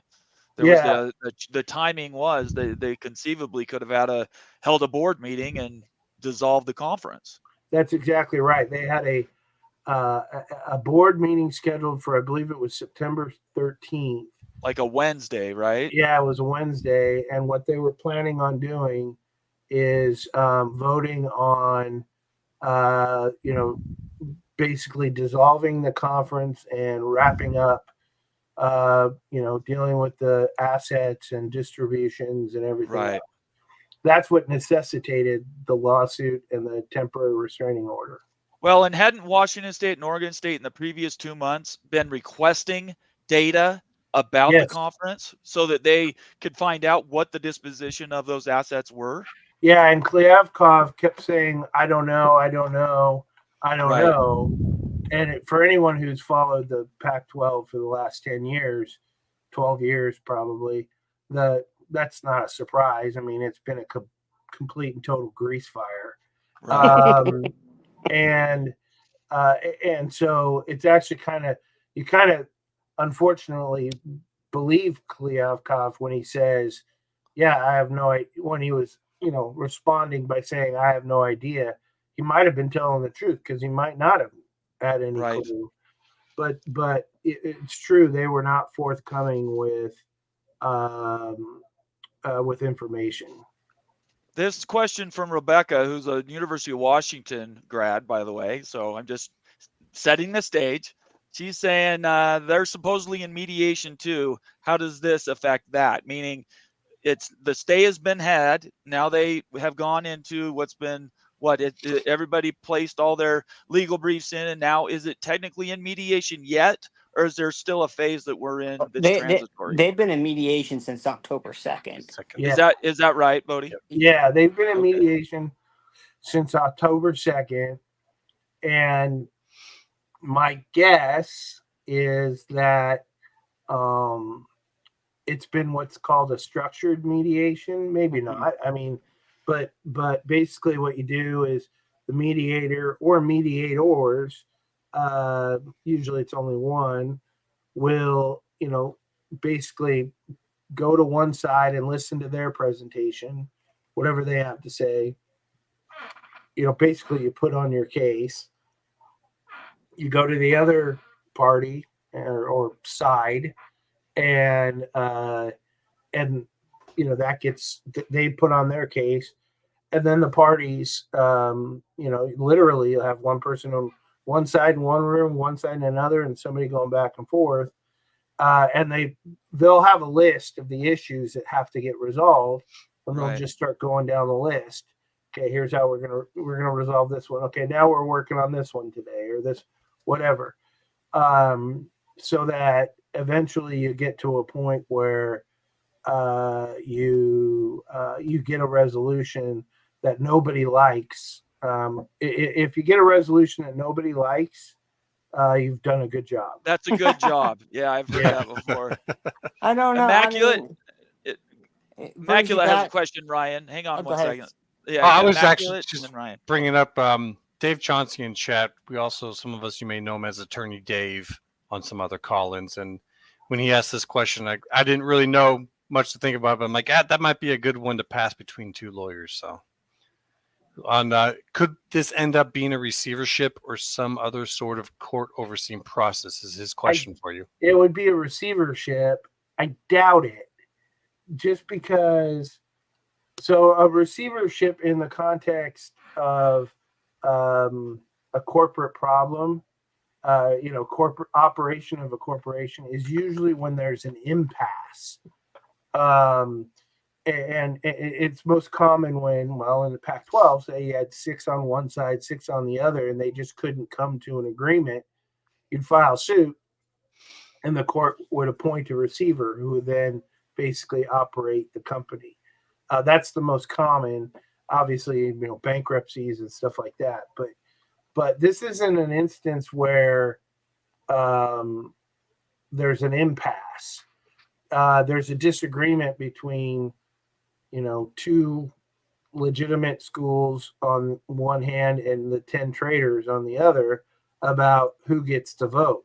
Once the court resolves that, Pac-12 will be able to operate. It's just, are Wazoo and Oregon State going to have all the control, or are they going to be on the table, not at the table?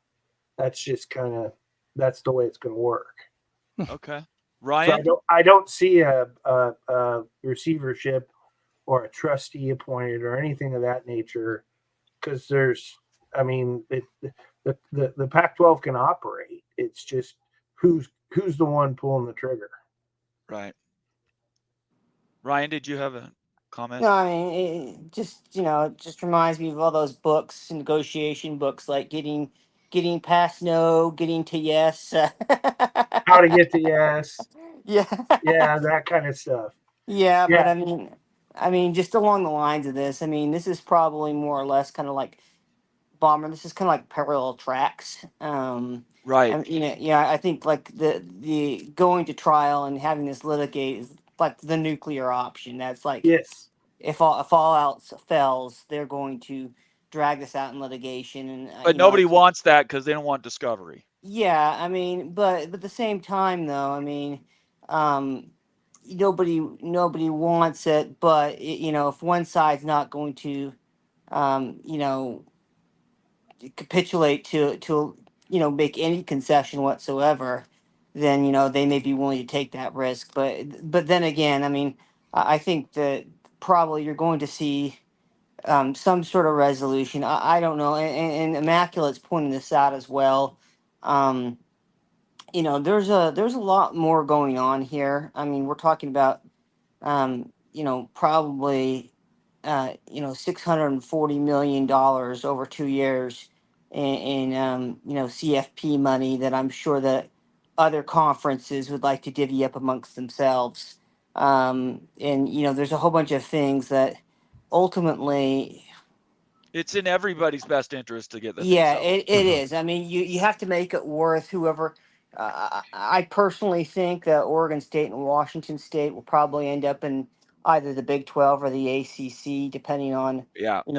depending on what happens. I just really think that is having them go there takes care of a lot of issues, because at that point, if all 12 of them have a home, I don't really care. I don't think it really becomes an issue of who can vote and who can't. They're all just going to agree to dissolve and go their separate ways if everybody has a home.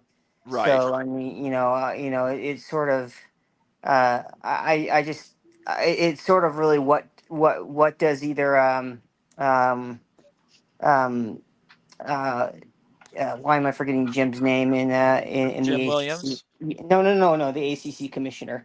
Jim Phillips. Oh, Jim Jim Phillips. Phillips. Yeah, it's just what does Jim Phillips and Brett Yormark? I mean, what makes it worth their while? And I think that's what needs to be figured out. But I mean, it just makes too much sense for this to. I think that at the end game, it's just a lot easier for the Pac-12 to go away altogether. If you're the remaining P4, I'm that's sure the that's true. Yeah. that's the best answer.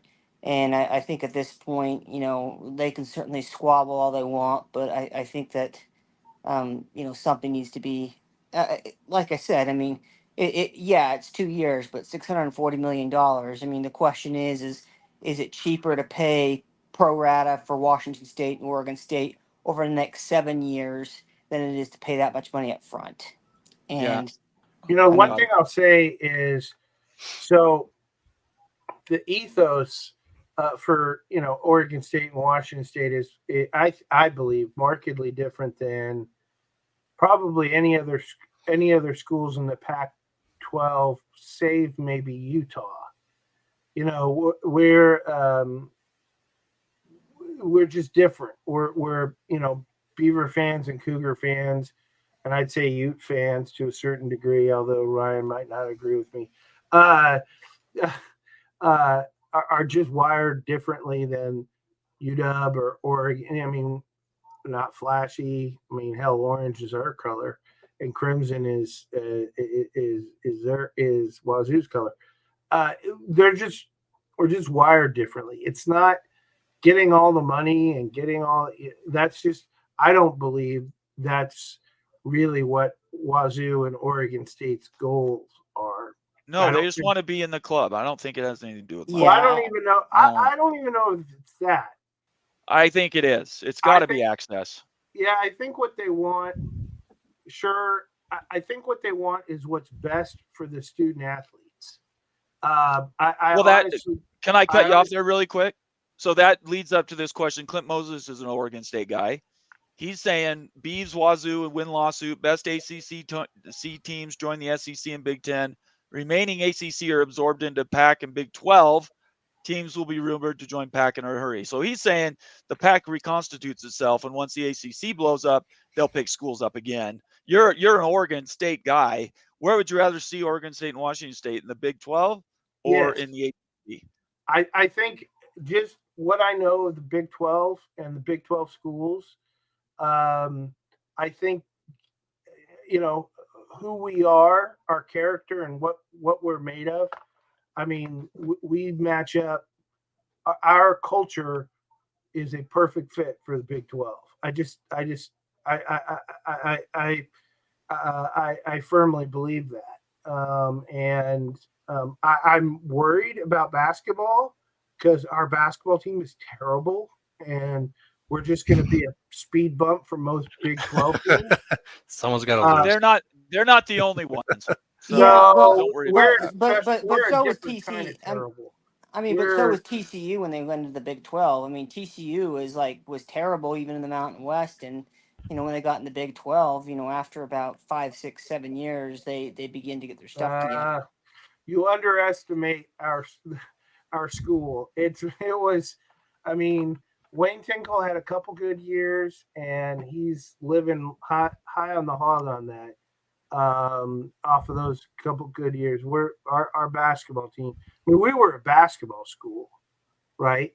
Up until Gary Payton.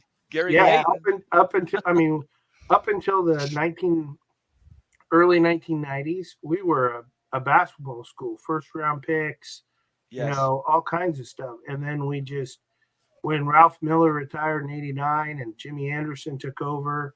He had one good year. We won the Pac-10 back then, and then we stunk ever since, for the most part. Maybe you guys should hire Gary Payton as your head coach. Yeah, Gary. Gary. We actually see him. Who we don't see is Chad Johnson. He never comes by for some reason. Yeah, that doesn't surprise me either. Yeah, well, that doesn't surprise me. Immaculate or Mullen, do you guys have a question?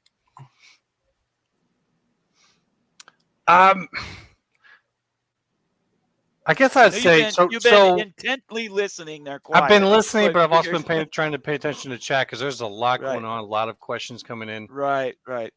I really kind of find myself looking at the mediation process as well. To me, it seems like that might actually be the main stage, if that makes sense to you. And all of the stuff going on with the court and motions, that's all kind of secondary, trying to affect that. Yes. We had a mention once again from Attorney Dave, and I'm going to lean on this again, talking about how everything in that mediation is confidential. Yes. And just how wide of a talk that could essentially be. Like, it doesn't necessarily just have to be about the PAC situation. They could be talking about more in there, couldn't they? Absolutely. Mediations are the whatever's said in the mediation, whether it be to the mediator or from the mediator to a party or whatever, as well as the information that's shared, is confidential, because to encourage parties to share information and talk and try and reach a settlement. What I always tell my clients when I go through mediation is the advantage to mediation is that if you go to court, you can get really one of two things. money damages, right? How big a check? And sometimes you can get the court to order somebody to stop doing something. Outside of that, that's largely what you're going to get out of in a civil context. Mhm. So the advantage to mediation is that if there are other things that you want Mm-hmm. or want to resolve, That's where you we're can going. do all of that in the mediation. And it's you sign a settlement agreement, which is contract. And so that's the advantage of mediation, is that you can craft a solution that you wouldn't be able to get in a court of law or court of equity. And so, yes, the mediation is really the meat and potatoes, and all of these hearings that are set and everything else, if they're making progress, they will push out all of those hearing dates. The court Yeah. will happily do that because Nice. the court would rather have them solve the problems themselves than Yeah. have a guy in a black robe in Whitman County, Washington, do it. Well, they've Right. got a And big docket. yeah, exactly. And then and yes, all of those conversations, all of that information would be confidential and not discoverable. So yeah. So I mean, So how much, real quick, how much could outside parties in a way reach into this? Could they be called upon by, say, the mediator to put in? I'm basically thinking, the bigger problem, this has all created a bigger problem. yeah, CP, how much could negotiations that are wider ranging, like basically to get Oregon State and Washington State in somewhere, that's going to require other parties involved. How much could that play into this? I mean, could they be directly involved? Do parties that are in there have to reach out to them? Like, how does that work? sure, absolutely, yeah. I mean, that's what I'm saying is the settlement, the solution can be as broad or as narrow as the parties want. And if there are third parties, that maybe have something that they can add to help the settlement, and maybe become parties to the settlement. But absolutely. And would they be not known? limited to just the parties in the lawsuit? And would those outside forces that get invited in, would they be known, or is that all part of the? Would they be protected so no one would know that they happened? would be known because in Oregon, a public entity cannot sign a settlement agreement, a confidential settlement agreement. So in Oregon, I'm not as well versed in Washington. I believe the law is the same in Washington, but I know in Oregon, if Oregon State signs a settlement agreement, and of course I think Oregon would sign it as well, that would be a public record. Okay, so we would find out if this became a much larger settlement, like across the board. Okay. Yeah. So Doc Gibbs has got a question here, and this is something I asked a while ago. I don't think you were even on the show, but I've been surprised, really surprised, by how these two state legislatures who talk about being liberal and very protecting and all inclusive and all these other things, they're basically eating their young in these two legislatures.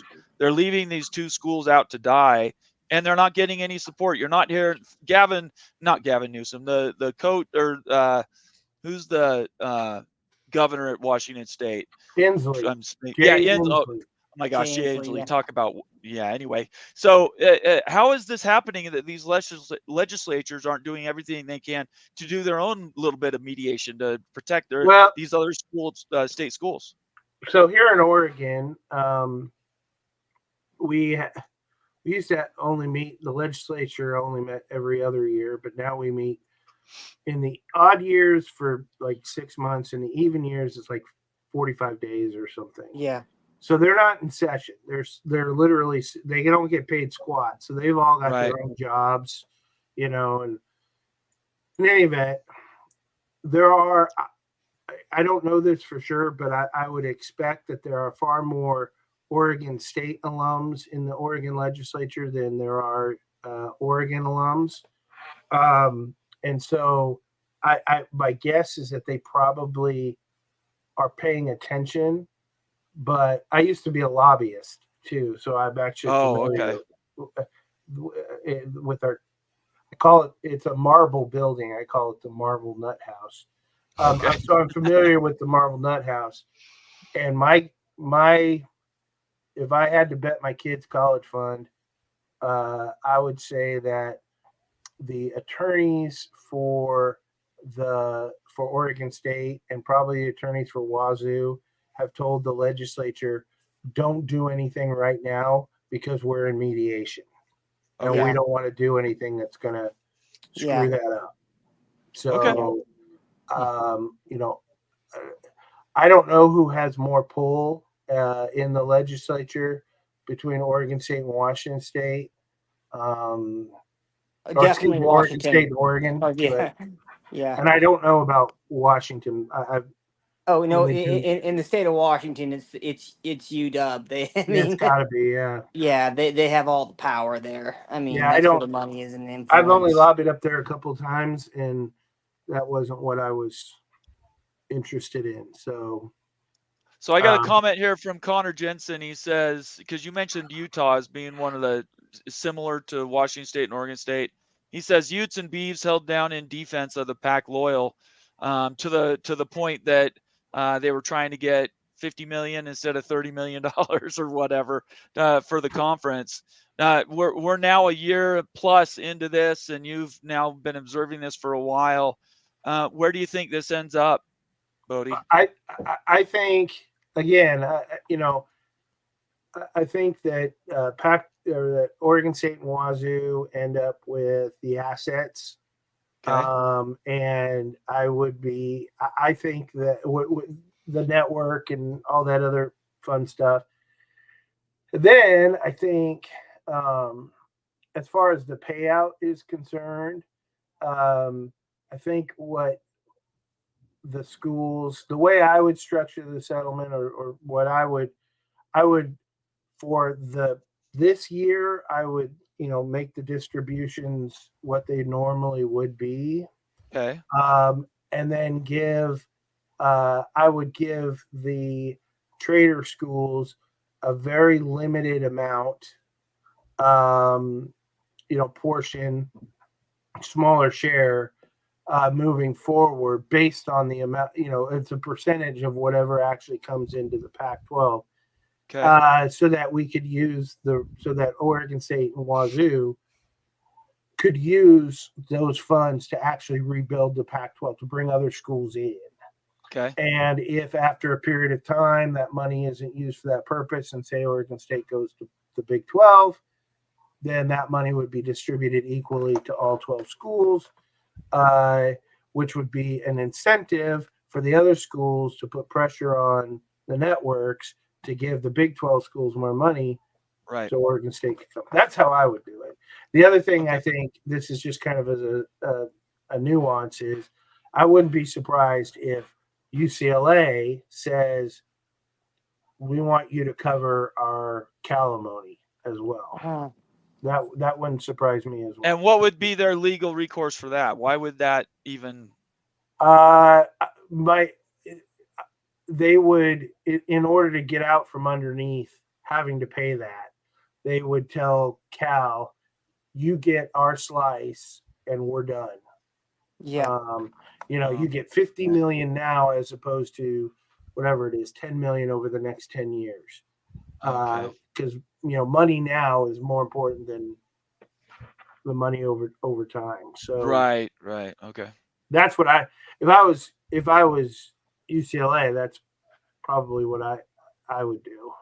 When you talk about like future money, you're talking about like NCAA credits. Is that what you're referring to? Yeah, that kind of stuff. Exactly. Yeah, because I think that they're required as it is under the bylaws to all get there's no exit penalties in the Pac-12. There's no exit fees. So everyone's going to get, you know, after this academic year is over and what is it, July 31st or whatever it is for the Pac-12, everyone's gonna get their distributive share of the earnings related to that. Which, I mean, to be honest,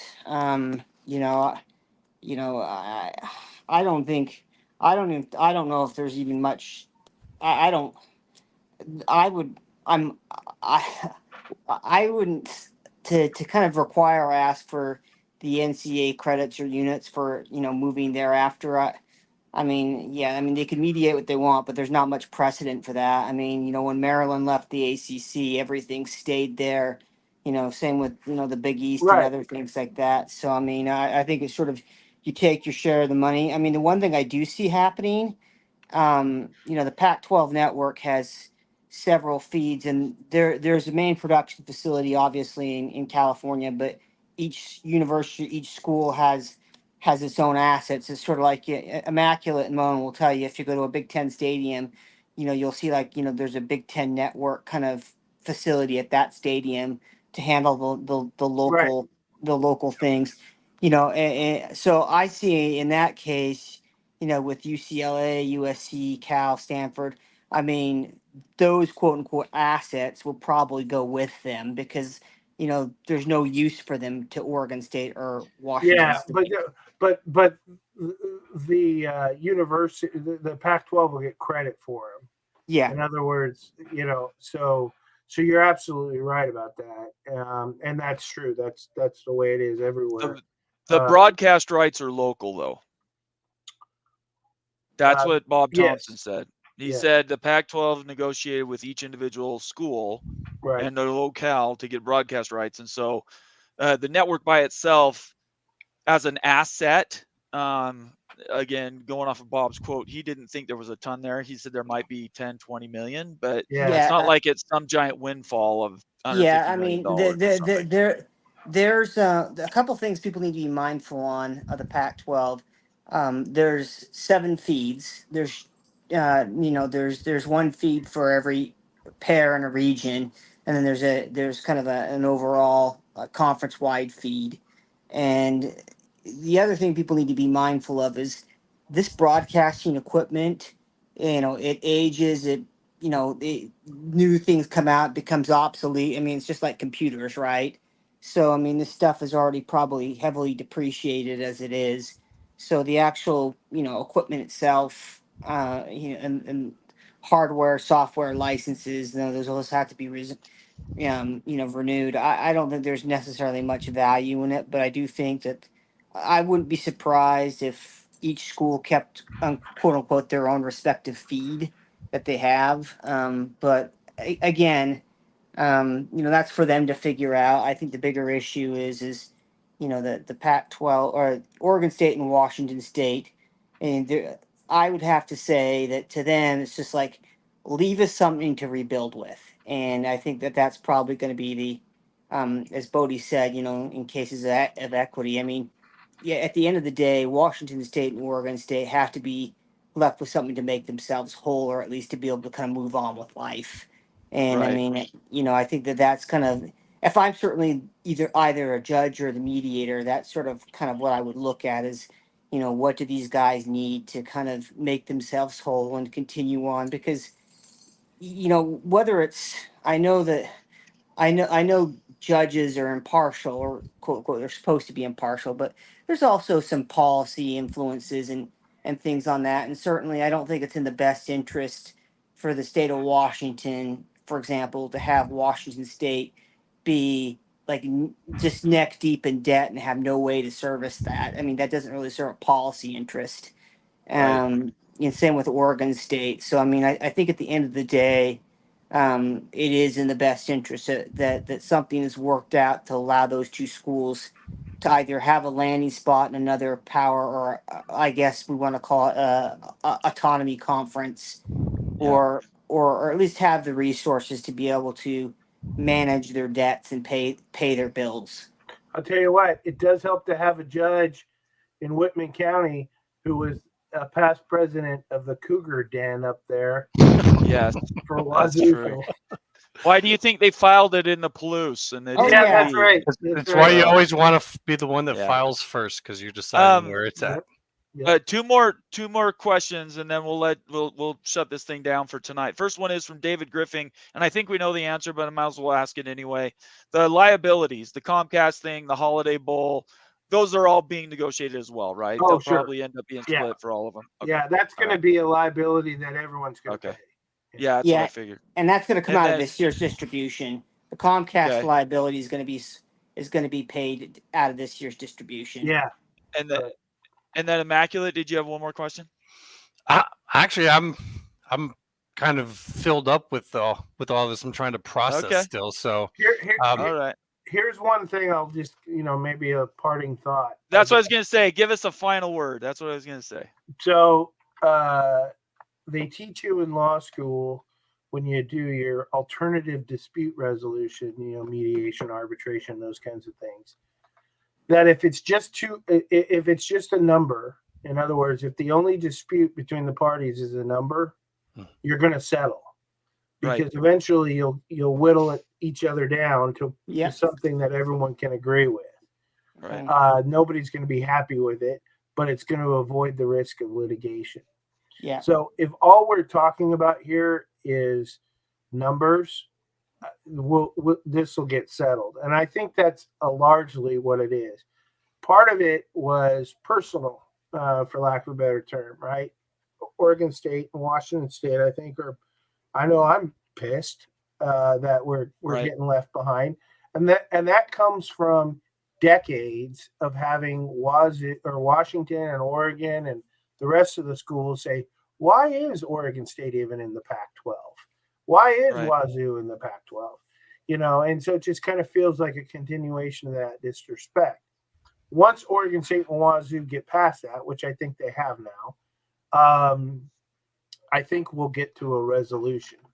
I think what will be telling is that hearing is scheduled for November 14th, I believe, is if it gets pushed back. If it gets pushed back, that means they're making substantial progress towards a settlement, whatever that might be. So do you not put a whole lot of stock in that this could possibly be finished up this month? Do you think that is what we'll see as it gets pushed into next month? Well, I think it will, but, to give you an example, I just finished not a extremely, but a complex contract involving a fraternity house, actually, at Oregon State. And that's taken us 2 months to get the language in the contract correct. So I wouldn't be surprised if they had an agreement in principle by the end of the month, but an actual, wet ink signature document, that's going to take a while, right? Yeah. Because You'll have a binding term sheet probably. Yeah. So as is pointed out in chat, the bill for the mediation is running. It's a running tab right now. So the fact, like he says, the fact that it's still going now is a good sign. But the longer this goes, that bill is just going up. So it behooves them to get this figured out sooner now that we know that there's actual talks going on and it didn't just fall apart quickly. Somebody just said I knew Bodie was a frat guy. Yeah. Yeah. All right. We're gonna call that good, guys. We've gone 2 hours. Bodie, I really appreciate you being here. Anytime, guys. I really love what you guys do. I'm a big fan. Just remember, the key principle that will drive all of this, Bomber, is the phrase, to litigate is to lose. Yes. Okay. I believe that. Okay. I believe that to be true. And I try to avoid it as much as I can myself. So, I mean, anyway. it's really in everybody's best interest to settle this amicably. I mean, that's really, going to the mat and blowing everything else up is not, and this goes beyond, as Immaculate and Moen have shared so, comprehensively before. This goes beyond just the Pac-12. I mean, this is bigger than, this is so much bigger than this. We've been saying that for months, Ryan. Yeah, and Monty, I know you're listening. Although you say you can't. But Monty never even reads my stuff. Even when I do pay chats for Monty, he won't read. I don't know. Why are you bringing him up? We don't even really talk about him here. We're okay with Monty. Like I thought I was nothing, entertained immensely when I was there in chat for that. I got nothing to do. Let's not do that. I don't want to. Okay. All right. Well, I think that's not what we do here. Okay, Ryan. You No, can go it's to just you can go to bigger. his show and talk to him. All No, you no, all want. no, good. no, no. All I'm good. just, Okay. I'm just saying that this is a bigger issue, and I I think know, and he ultimately, doesn't really care about the bigger issues. So if yeah, it doesn't yeah, fit in a 4x8 headline, he doesn't want to talk about it. So yeah, that's true. And anyway, also Utah fans and Michigan fans are wired the same.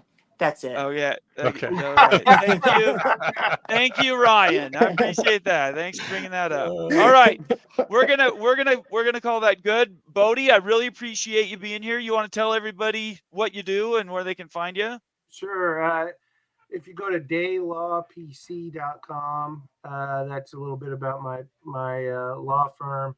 Or I'm Bodie McBoatface on Love it. Twitter, and I really appreciate it. I practice law here in my den during the day and stress out about Oregon State's next game in the evening. So, Right. You guys finished strong, all right?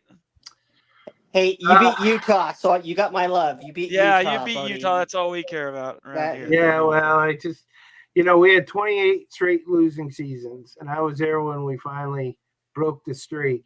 Right. And I've not ever since that night.